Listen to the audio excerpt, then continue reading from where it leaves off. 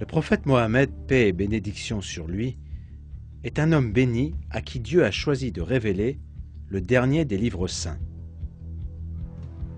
Dieu l'a élu parmi les hommes pour que ces derniers prennent exemple sur lui, car sa moralité et sa foi étaient sans faille. La puissance de sa foi lui permit d'être à la hauteur de la responsabilité que Dieu lui avait confiée. Il appela les hommes à suivre le chemin de Dieu et à gagner ainsi leur salut. Grâce à son sens moral exemplaire, le prophète Mohammed était un guide pour tous les croyants. Sa noblesse de caractère et sa manière toujours adéquate de traiter les difficultés conservent aujourd'hui encore toute leur universalité et restent une lumière pour l'humanité. Le devoir du musulman est de s'approprier les qualités du prophète, de le prendre pour exemple et de le faire connaître dans le monde entier. De plus, en faisant tout leur possible pour lui ressembler, les musulmans ont également pour but d'obtenir une place près du prophète dans l'au-delà.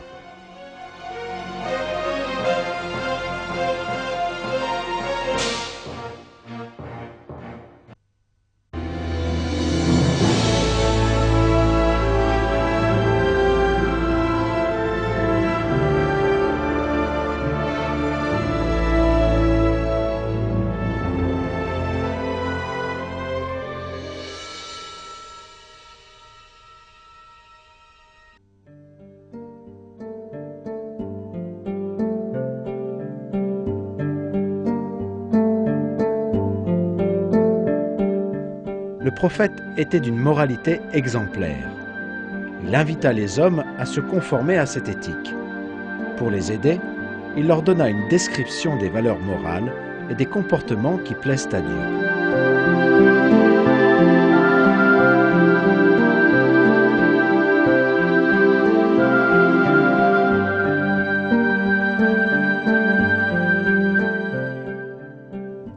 Dans les premiers versets de la sourate Al-Qalam, Dieu évoque la supériorité des valeurs morales du prophète Mohammed.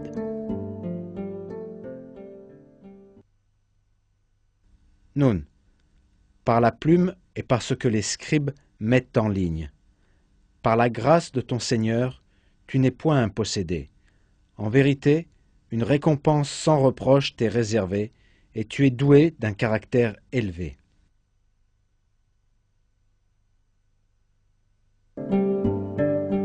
Notre prophète conseillait également aux musulmans de mettre en pratique les valeurs morales que lui-même appliquait. On découvre dans le hadith suivant quelques-uns de ses conseils. Ne soyez pas envieux les uns des autres, ne vous détestez pas, ne vous tournez pas le dos, ne rompez pas vos liens d'amitié et soyez frères, ô esclaves de Dieu. Mon Seigneur m'a donné 9 commandements, de l'adorer en public et en privé, de parler avec justesse dans la prospérité et l'adversité, d'être modéré dans la pauvreté comme dans la richesse, de renouer les liens de parenté ou d'amitié avec ceux qui les ont rompus, de donner à celui qui me refuse, de pardonner à celui qui m'a blessé, que mon silence soit rempli de méditation pour parfaire ma connaissance de Dieu, que lorsque je prends la parole, j'évoque son nom, que lorsque je regarde les créatures de Dieu, ce soit comme un exemple pour eux.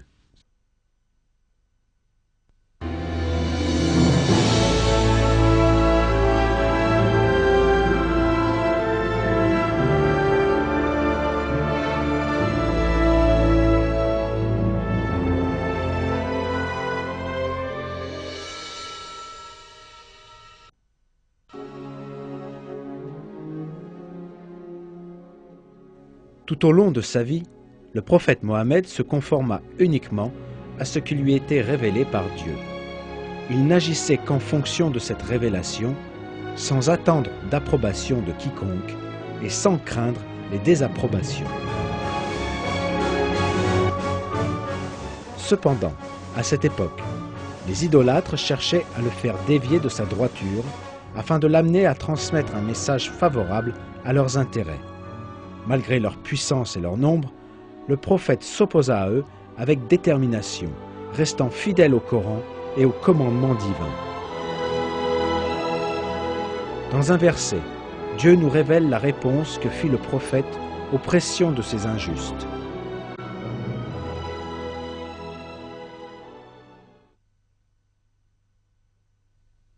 Lorsque nos versets sont récités, comme preuves évidentes, à ceux qui n'espèrent pas notre rencontre, ils te disent « Apporte-nous un autre Coran que celui-ci, ou change-en la teneur. » Réponds-leur « Il ne m'appartient pas de le changer de ma propre initiative. Je ne fais que suivre ce qui m'est révélé. En vérité, je crains, si je désobéis à mon Seigneur, le châtiment d'un grand jour. » Le prophète ne fit aucune concession. Il transmit le Coran à l'humanité sans changer un mot de ce que Dieu lui révéla, ne tenant aucun compte des intérêts personnels des uns ou des autres. Il agissait ainsi car il craignait Dieu plus que tout. Les premiers versets de la sourate Al-Najm soulignent cette qualité du prophète qui fut envoyé en miséricorde pour l'univers.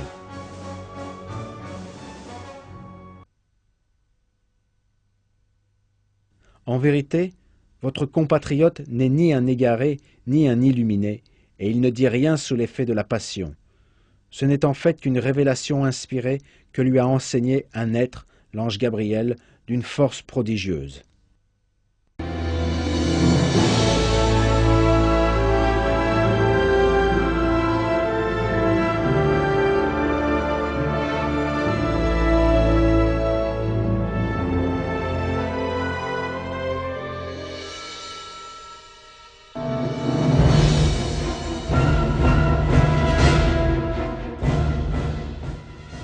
En accomplissant son devoir de transmission du message, le prophète Mohammed se heurta à de nombreux obstacles mis en travers de son chemin par les idolâtres. Ils avaient des comportements agressifs et cherchaient à piéger le prophète. À la fin, ils allèrent encore plus loin en le bannissant et en cherchant à l'emprisonner et même à le tuer. Pourtant, peu importait ce qui lui arrivait, notre prophète restait toujours patient, résigné et soumis à Dieu.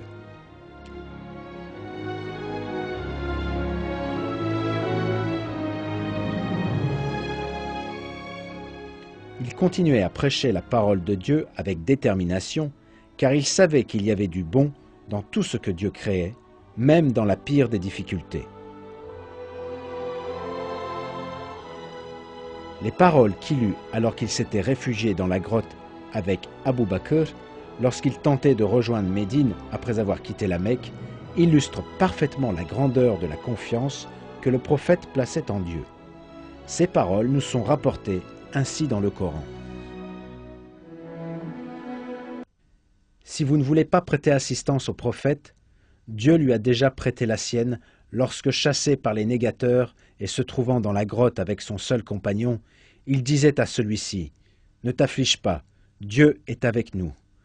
Dieu étendit alors sur lui sa sérénité, envoya à son secours des troupes invisibles, faisant ainsi échec aux négateurs et assurant le triomphe de la parole divine, car Dieu est puissant et sage. Les paroles et les actes du prophète sont, pour les croyants, les meilleurs exemples à suivre. En effet, le fait de toujours interpréter les événements d'une manière positive est une qualité importante qui découle d'une foi sincère en Dieu et d'un mode de vie imposé par cette même foi.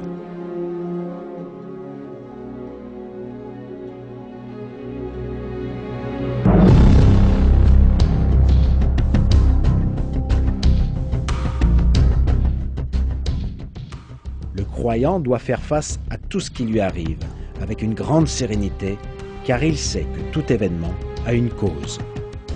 Tout d'abord, il doit faire tout ce qu'il peut pour résoudre son problème. Puis il doit placer sa confiance en Dieu, accepter ce qui se passera et essayer d'en voir le côté positif.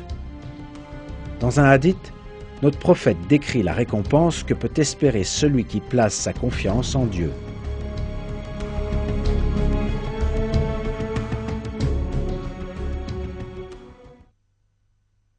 Si vous vous en remettez à Dieu, comme il convient de s'en remettre à lui, il vous apportera votre subsistance, comme il l'apporte aux oiseaux qui quittent le matin leur nid, le ventre creux, pour y rentrer le soir, le ventre plein.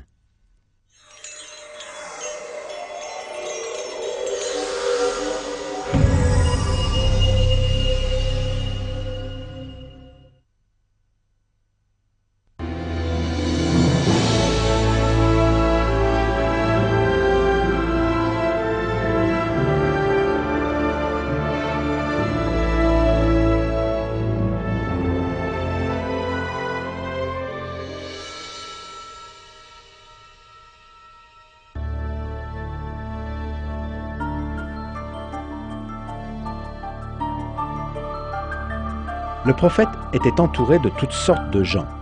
Chacun d'eux avait un caractère et des idées qui lui étaient propres. Cependant, tout au long de sa vie, le prophète montra un intérêt pour chacun d'eux. Il les aida à prendre conscience de leurs erreurs et de leurs échecs. Il essaya de leur apporter une éducation dans des domaines très variés, allant de la propreté à des sujets religieux. C'est cette attitude compatissante, tolérante, compréhensive et pleine de patience du prophète qui amena un grand nombre de personnes à se rapprocher de l'islam et qui fit naître en eux un amour véritable pour le prophète. Dans le Coran, Dieu décrit en ces termes cette attitude si agréable que le prophète adoptait avec ceux qui l'entouraient. C'est par un effet de la grâce de Dieu que tu es si conciliant envers les hommes, car si tu te montrais brutal ou inhumain avec eux, ils se seraient tous détachés de toi. Sois donc bienveillant à leur égard, implore le pardon de Dieu en leur faveur.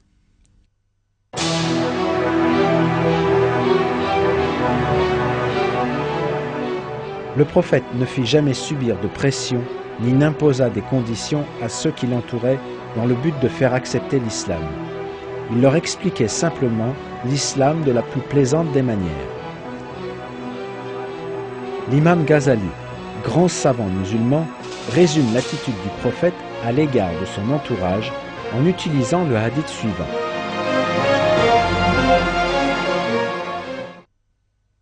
Chacun pensait qu'il était celui que le prophète honorait le plus. Chaque personne qui venait le voir pouvait le rencontrer. Il avait l'habitude d'appeler ses compagnons par leurs surnoms en signe d'honneur et de donner des surnoms à ceux qui n'en avaient pas. Il était très affectueux et très gentil lorsqu'il traitait les gens.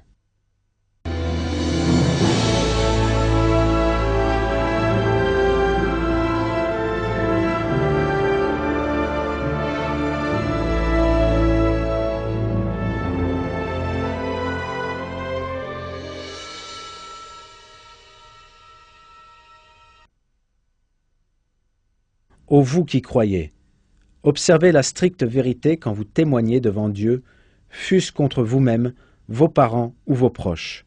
Que ce témoignage concerne un riche ou un pauvre, Dieu porte plus d'intérêt à l'un et à l'autre que vous-même. Ne vous fiez pas à vos impulsions au détriment de l'équité.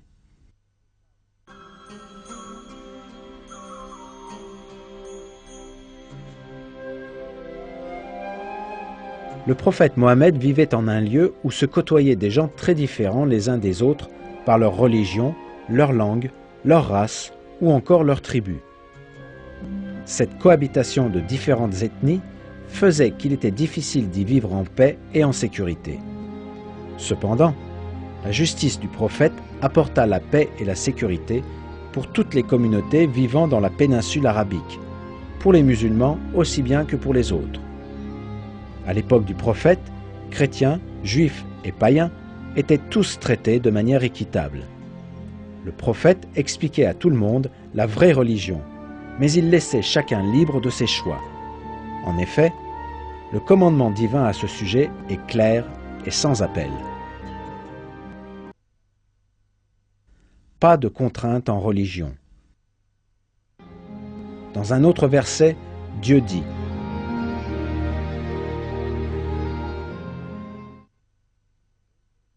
rappelle-leur tout cela, car ton rôle se limite à leur rappeler et tu n'as sur eux aucune autorité. La constitution de Médine, qui fut signée par les musulmans originaires de la Mecque, les musulmans de Médine et les juifs de Médine, nous donne un nouvel exemple de la justice de l'époque. Le but de ce traité était d'assurer la justice entre les communautés de différentes croyances afin d'établir un ordre commun. Un des aspects les plus remarquables de ce traité est le fait qu'il établisse la liberté de croyance. On peut lire dans un de ses articles «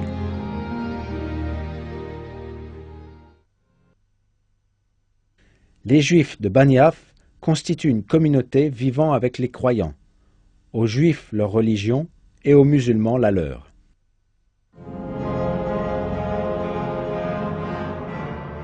De nos jours, la seule solution pour arrêter les guerres et les conflits qui ont lieu partout dans le monde serait d'adopter les valeurs morales prônées par le Coran et, tout comme le prophète, de ne jamais dévier du chemin de la justice en ne faisant aucune discrimination entre les différentes religions, langues ou races.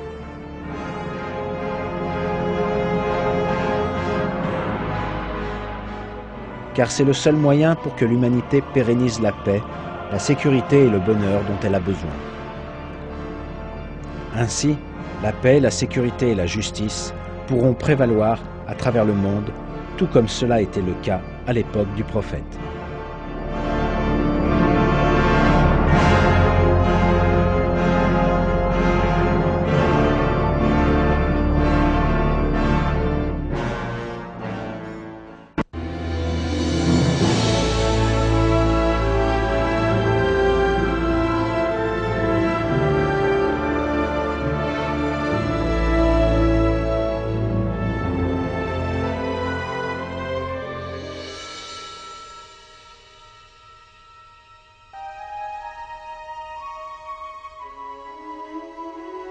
Notre prophète était le protecteur et l'administrateur des croyants. Ainsi, les musulmans s'en référaient à lui pour toute chose et lui demandaient sa permission et son opinion avant de s'engager dans quoi que ce soit. Quand ils n'étaient pas d'accord entre eux, ou lorsqu'ils n'étaient pas capables de trouver une solution à un problème, ils en faisaient immédiatement part au prophète, car de cette manière, ils étaient sûrs d'obtenir la solution la plus adaptée et la plus fiable. En effet, ils savaient que le prophète était l'homme le plus intelligent de la communauté. Ses commandements et ses jugements étaient sous la protection de Dieu. De ce fait, ses décisions étaient toujours les plus pertinentes. Notre prophète Mohammed fut choisi parmi les hommes.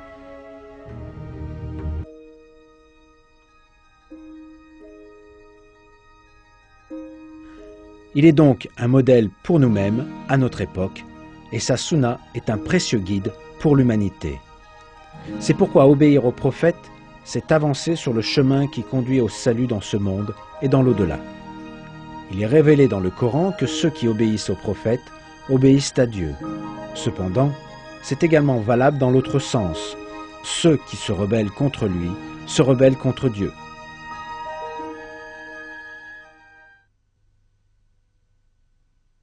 Celui qui obéit au prophète obéit en fait à Dieu. Quant à ceux qui se détournent de toi, nous ne t'avons pas envoyé pour assurer leur sauvegarde.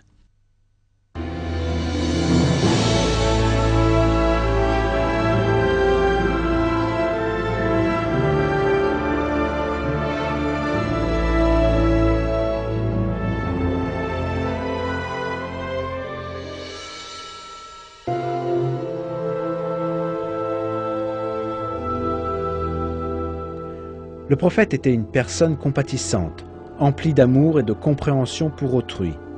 Il s'intéressait aussi bien aux problèmes matériels que spirituels de ses amis, de sa famille et de tous ceux qui l'entouraient. Il prenait les mesures nécessaires pour s'assurer de leur santé, de leur sécurité et de leur bonheur.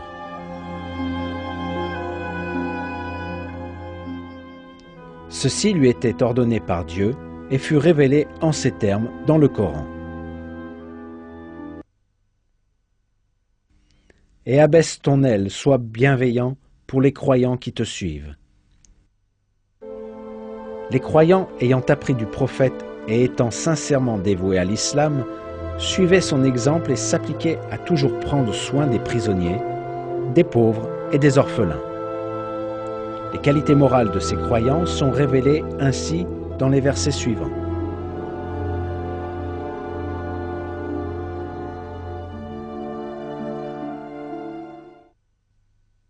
Mais également, ces bienheureux nourrissaient l'indigent, l'orphelin et le captif, malgré leur propre dénuement, en disant « Nous vous nourrissons uniquement pour l'amour de Dieu, sans attendre de vous ni récompense, ni remerciement. En vérité, nous redoutons surtout de la part de notre Seigneur un jour chargé d'angoisse et de malheur. » Il existe également un hadith où notre prophète ordonne aux croyants d'être miséricordieux. Ceux qui sont miséricordieux recevront la miséricorde du tout miséricordieux. Soyez miséricordieux avec ceux qui sont sur terre, celui qui est aux cieux sera miséricordieux avec vous.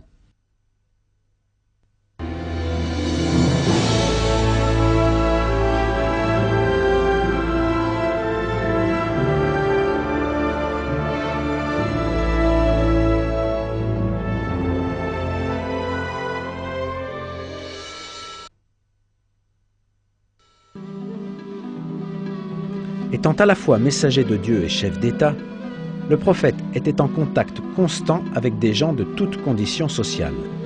Il rencontrait aussi bien les riches chefs d'État ou de tribus que des femmes et orphelins pauvres et sans défense. Parmi ces personnes, il en était dont le niveau de culture et d'éducation était très bas. Elles ne connaissaient ni la courtoisie ni les bonnes manières. Néanmoins, le prophète faisait toujours preuve de douceur lorsqu'il voulait leur faire prendre conscience de leur grossièreté. Il les instruisait avec beaucoup de patience et d'effort. Le prophète était au-dessus de tout reproche. Il était doux, aimable et compréhensif. Durant toute sa vie, il appliqua les règles de courtoisie et de politesse de la meilleure des manières.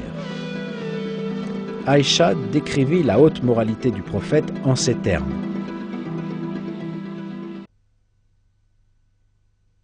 Le caractère du prophète était le Coran.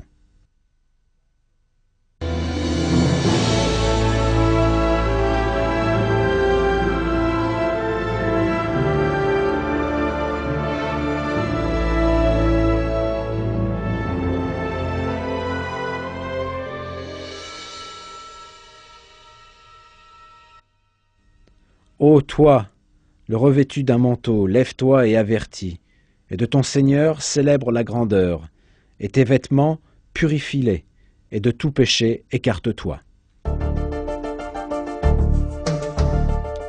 Ces versets du Coran mettent clairement en évidence l'importance d'être propre et soigné pour les croyants. La propreté du corps, des vêtements, de la maison et de la nourriture est tout aussi importante que celle du cœur et des valeurs morales. Les cheveux, le visage, le corps et les vêtements du musulman doivent toujours être impeccables, propres et sentir bon, tout comme doivent l'être les lieux où il habite et où il travaille. On constate que notre prophète excellait également dans ce domaine. Voici un hadith dans lequel le prophète recommande aux croyants d'être propres. Certainement, l'islam est pur, soyez donc purs.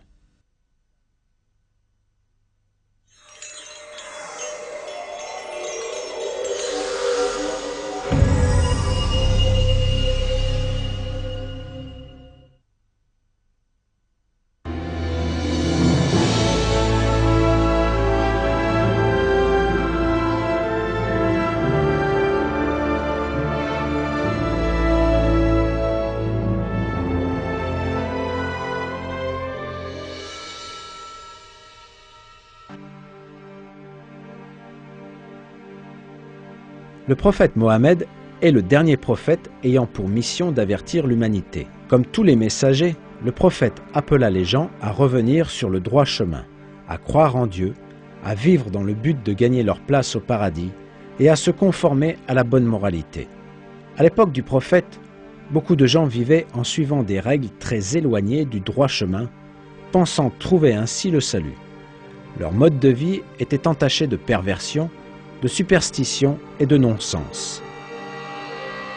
Notre prophète les fit sortir de l'ignorance et de l'insouciance dans lesquelles ils vivaient en les invitant à suivre le chemin de Dieu.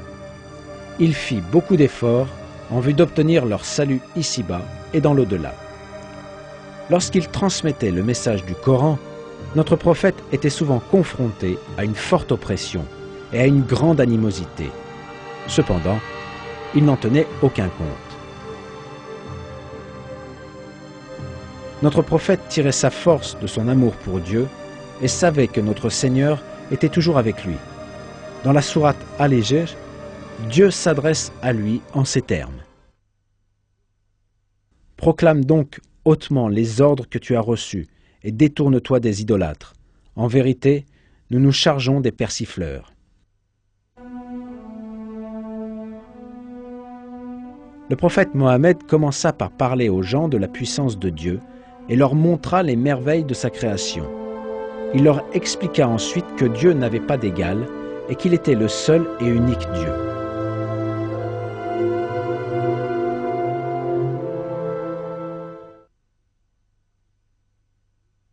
Dis-leur, que diriez-vous si Dieu vous avait plongé dans une nuit sans fin jusqu'au jour du jugement dernier? Quelle divinité autre que Dieu aurait pu vous redonner la lumière? Quand pourrez-vous le comprendre? Dis-leur, et que diriez-vous si Dieu avait étendu sur vous un jour sans fin jusqu'au jugement dernier? Quelle divinité autre que Dieu aurait pu vous ramener la nuit pour votre repos? Ne le voyez-vous donc pas?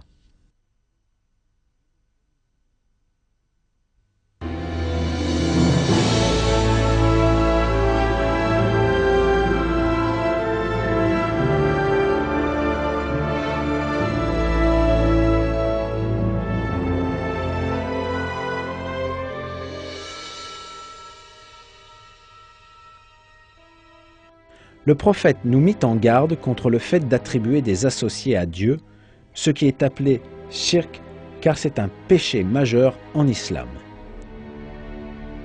Dieu est le seul et l'unique, et toute autre entité n'est qu'une partie de ce qu'il a créé. Le prophète tenta d'en faire prendre conscience aux gens et de les libérer ainsi de l'idolâtrie. Ceci est confirmé par le verset suivant. Dis-leur, je n'invoque que mon Seigneur sans rien lui associer.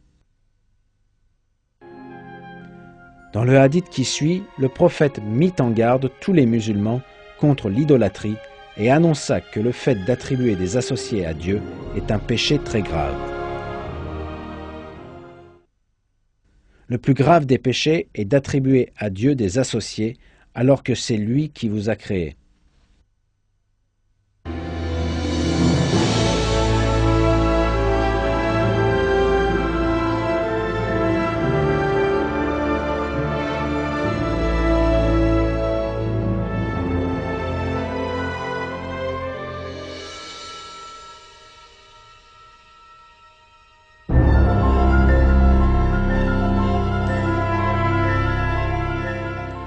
À l'époque du prophète, et même après, il y avait des gens qui ne voulaient pas croire que le Coran était un livre divin. Parmi eux, certains allèrent jusqu'à proclamer que c'était le prophète lui-même qui l'avait écrit. Cependant, c'était une grave erreur et une calomnie manifeste.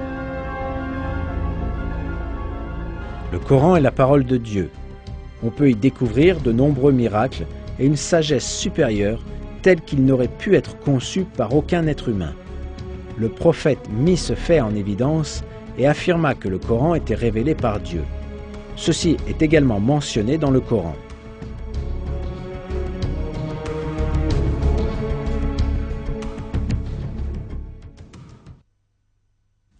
Réponds-leur, ce Coran est révélé par celui qui détient les mystères des cieux et de la terre et qui est clément et miséricordieux.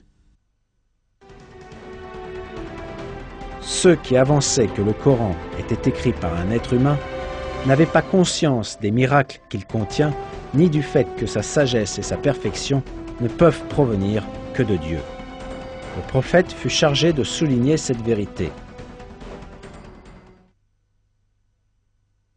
Dis-leur, si les hommes et les djinns se concertaient pour produire quelque chose de semblable à ce Coran, ils ne sauraient y parvenir, même s'ils se prêtaient mutuellement assistance.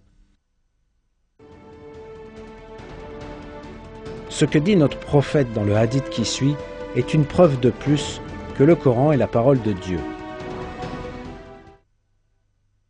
L'honnêteté descendit des cieux et prit racine dans le cœur des hommes, des fidèles croyants.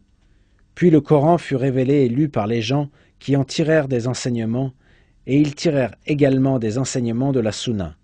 La Sunna et le Coran renforcèrent leur honnêteté.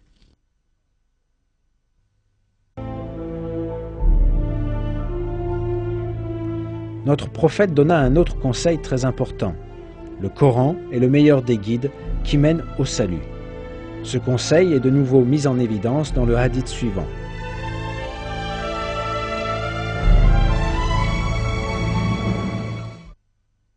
Acquérez la science et transmettez-la. Apprenez le Coran et enseignez-le, car je suis de ceux qui quitteront ce monde.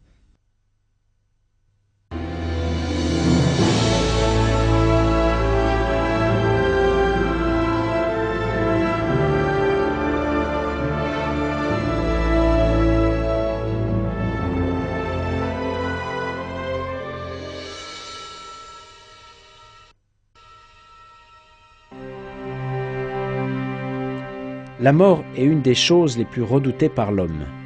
Les personnes qui ont peur de la mort pensent en fait que c'est une fin en soi, la fin de tout. Elles ne sont pas conscientes de l'existence de la vie dans l'au-delà. Ainsi, elles sont très attachées à la vie d'ici-bas et elles sont persuadées qu'elles perdront tout à leur mort. C'est pourquoi elles refusent d'y penser. Cependant, c'est indéniable, la mort viendra pour chacun à l'heure et de la manière que Dieu aura choisi. Personne ne pourra retarder ni avancer le moment de sa mort. Le prophète recommanda aux croyants de réfléchir à la mort et à la manière de bien mener sa vie.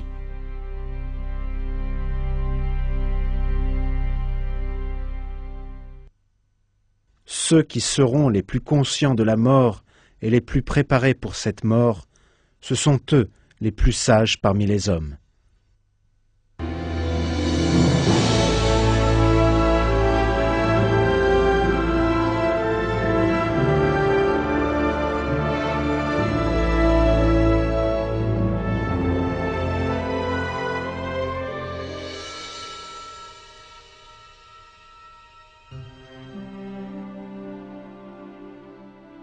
Le prophète Mohammed appela également les gens du livre à croire en la dernière religion révélée. Cependant, il ne les persécuta pas pour autant, mais leur conseilla simplement cette adhésion.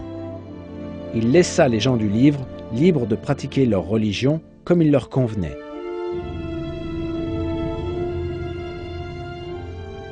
Il leur permit de garder leurs coutumes et ordonna aux siens de les traiter avec justice. À ce sujet, il dit :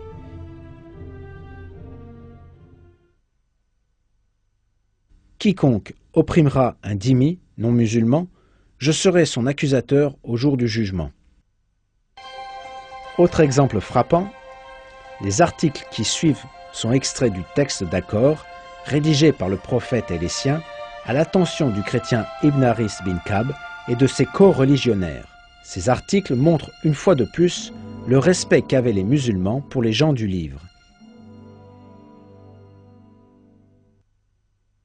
La religion, les églises, les vies, la pudeur et les biens de tous les chrétiens vivant à l'Est sont sous la protection de Dieu et de tous les croyants. Aucun chrétien ne sera forcé de se convertir à l'islam. Si un chrétien est victime d'un meurtre ou d'une injustice, les musulmans devront l'aider.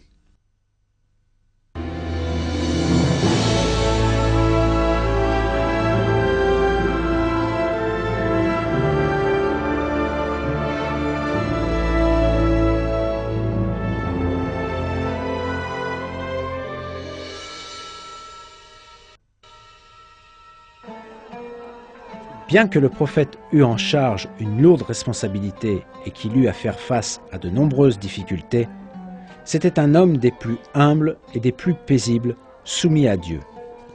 À chaque instant de sa vie, il jouissait de la joie et de la ferveur d'une foi intense. Ses compagnons décrivirent sa façon d'être en ces termes. Il, le messager, était toujours joyeux, gentil et doux. Le prophète conseillait également à ses compagnons de sourire. Il rappela à ce sujet.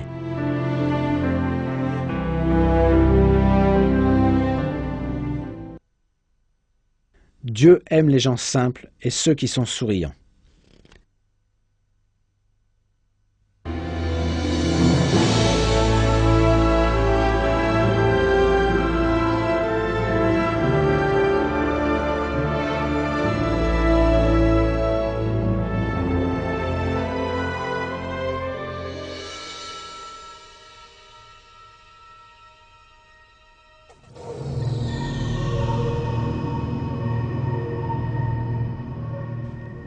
À l'époque où le prophète Mohammed reçut la révélation, il y avait en Arabie une coutume atroce. Certaines familles tuaient les filles à leur naissance car elles les considéraient comme une source de honte. L'intérêt et l'amour du prophète à l'égard des enfants mirent rapidement fin à cette pratique barbare. Il demanda à ce qu'aucune différence ne soit faite entre les enfants garçons et filles. Il avertit les gens que le fait de tuer leurs filles était un très grave péché et un acte cruel. En montrant autant d'intérêt et d'amour pour les filles que pour les garçons, le prophète était un exemple parfait pour toute la communauté. Voici un exemple de ce que disait le prophète au sujet des filles. Une fille est un enfant adorable, affectueuse, toujours prête à rendre service, douce et emplie du sentiment sacré de maternité. Notre prophète demanda également aux croyants d'être justes avec leurs enfants et dit :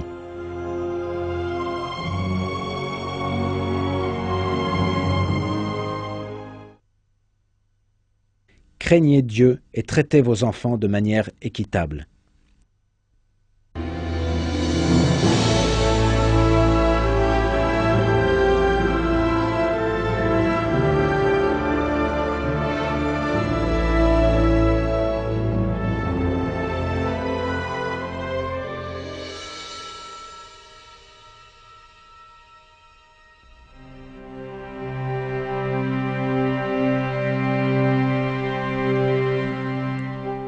Grâce à ses qualités supérieures, le prophète Mohammed apporta la paix et la sécurité sur tous les territoires musulmans. Les principes qu'il prenait et qu'il appliquait au quotidien font de lui un exemple pour toute l'humanité.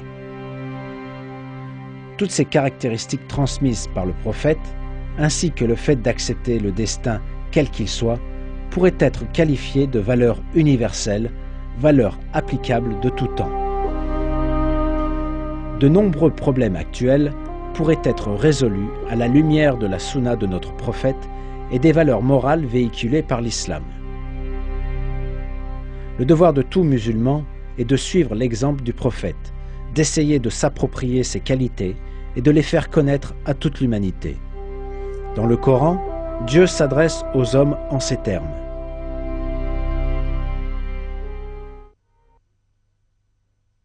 Ô homme, le prophète vous a apporté la vérité de la part de votre Seigneur. Croyez-y dans votre propre intérêt.